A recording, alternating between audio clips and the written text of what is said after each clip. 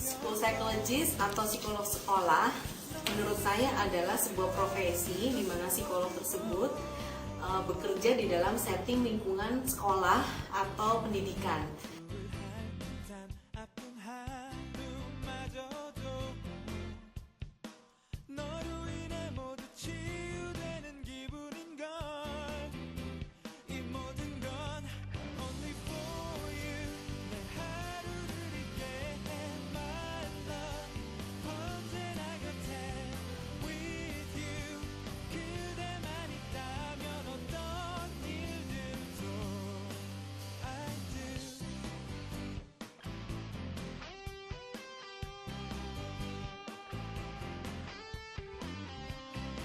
Masalah yang biasa ditemui oleh seorang psikolog sekolah itu memang bermacam-macam. Yang pertama yang berkaitan dengan hubungan dengan orang tua. Biasa psikolog sekolah ini misalnya mendapati siswa yang mempunyai masalah yang menurut si konselor atau psikolog sekolah ini memang memerlukan campur tangan orang tua gitu ya, ataupun memerlukan orang tua harus tahu, biasa kan dipanggil. Nah, biasa adalah yang menjadi masalah adalah orang tua belum tentu mau kooperatif gitu. Maksudnya dengan excuse bahwa hal ini hanya terjadi di sekolah, kalau di rumah nggak seperti ini loh, anak saya di rumah diam aja gitu kan, di rumah penurut, ini hanya di sekolah. Nah berarti mungkin di sekolah kalian bermasalah, seperti itu. Jadi ada semacam penolakan, denial gitu kan, dan kemudian juga yaitu kurang kooperatif dari pihak orang tua. Itu yang pertama. Kemudian yang kedua adalah namanya psikolog sekolah, berarti kan di sekolah ada satu sistem ya, sistem yang memang harus diberlakukan, yang memang itu semacam aturan yang ada di sekolah. Sehingga kadang psikolog-psikolog sekolah yang saya dapati, misalnya mereka ini ingin mengembangkan sisi lain dari yang ada dari sistem sekolahan, itu biasa memang menemui kendala gitu. Nah, misal contohnya apa? Contohnya misalnya seorang psikolog yang ingin misalnya memanggil seorang siswa secara berkala karena memang dinilai bahwa ada keluhan dari guru mengenai sikapnya di kelas, misalnya seperti itu ya. Nah, kemudian dari sisi psikolog sekolah ini perlu untuk memanggil, misalnya katakanlah saat dipanggil awal, kemudian si psikolog tersebut mengatakan bahwa sepertinya memang perlu pertemuan yang berkelanjutan, seperti itu. Nah, hanya saja kemudian pertemuan yang berkelanjutan ini menjadi terbatas. Karena apa? Karena memang dari mengenai jam untuk konseling ini kan memang biasanya tidak boleh mengganggu jam sekolah gitu ya. Jadi harus diadakan di luar jam sekolah.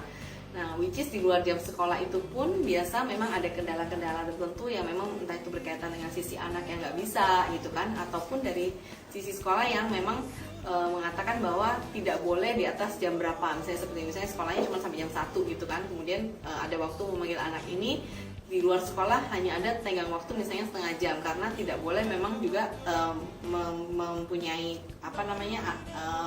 nanti orang tua komplain karena anaknya kurangnya terlalu terlambat dan sebagainya. Nah, sedangkan misalnya dalam satu waktu yang bersamaan itu dia harus misalnya memanggil beberapa anak semacam itu menjadi kendala.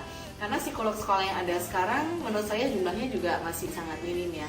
Karena apa? Lagi-lagi ya memang terbentur oleh kebijakan sekolah, karena memang kadang misalnya dalam satu sekolah seperti cuman boleh ada 1 atau 2 konselor atau psikolog sekolah misalnya, padahal sekolah itu sangat besar.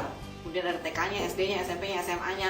Bahkan saya menemukan bahwa teman saya itu menjadi psikolog sekolah, dia cuma sendirian, tapi dia harus menjadi psikolog sekolah dari TK, SD, SMP, dan SMA yang ada di sekolahan itu. Gitu. Dia sudah mengajukan untuk penambahan jumlah psikolog sekolah, tapi tidak disetujui oleh pihak sekolah. Ya, alasannya karena memang pihak sekolah merasakan kayaknya 1 udah cukup lah, seperti itu. Padahal dari sisi teman saya mengatakan bahwa yang mau dipanggil untuk diajak diskusi sebetulnya banyak. Nah, hanya sekolah lah akhirnya lagi yang membatasi bahwa udahlah kalau yang tidak terlalu bermasalah banget atau bermasalah sekali nggak usah dipanggil lah, seperti itu. Jadi yang kedua tadi yang saya sebutkan adalah dari sistem kebijakan sekolah dan juga dari jumlah psikolog sekolah yang ada. Padahal sebetulnya kalau kita lihat untuk menunjang kesejahteraan psikologis anak-anak sekolah itu alangkah baiknya apabila psikolog sekolah itu psikolog sekolah untuk TK itu ada sendiri khusus gitu ya, which is memang sesuai dengan bidangnya. Terus kemudian yang untuk SD juga khusus, SMP khusus, dan SMA juga khusus.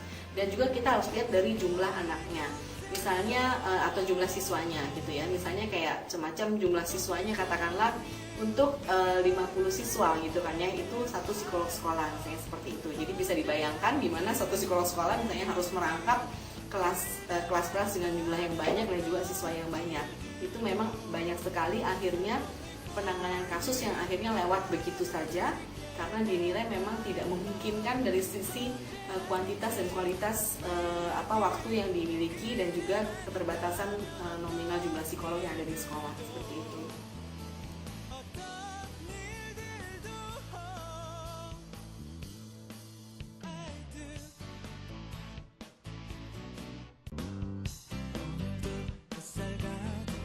너의 빛은 내렸어 너의 미소는 내 하루를 더 채워주고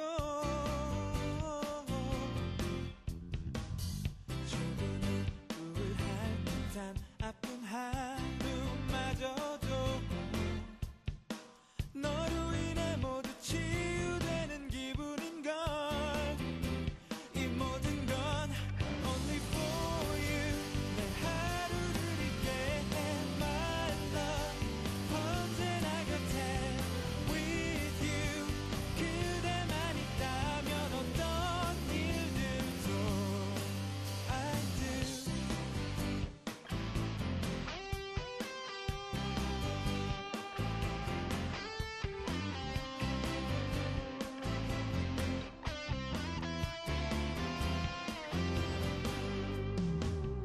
오늘도 햇살 가득히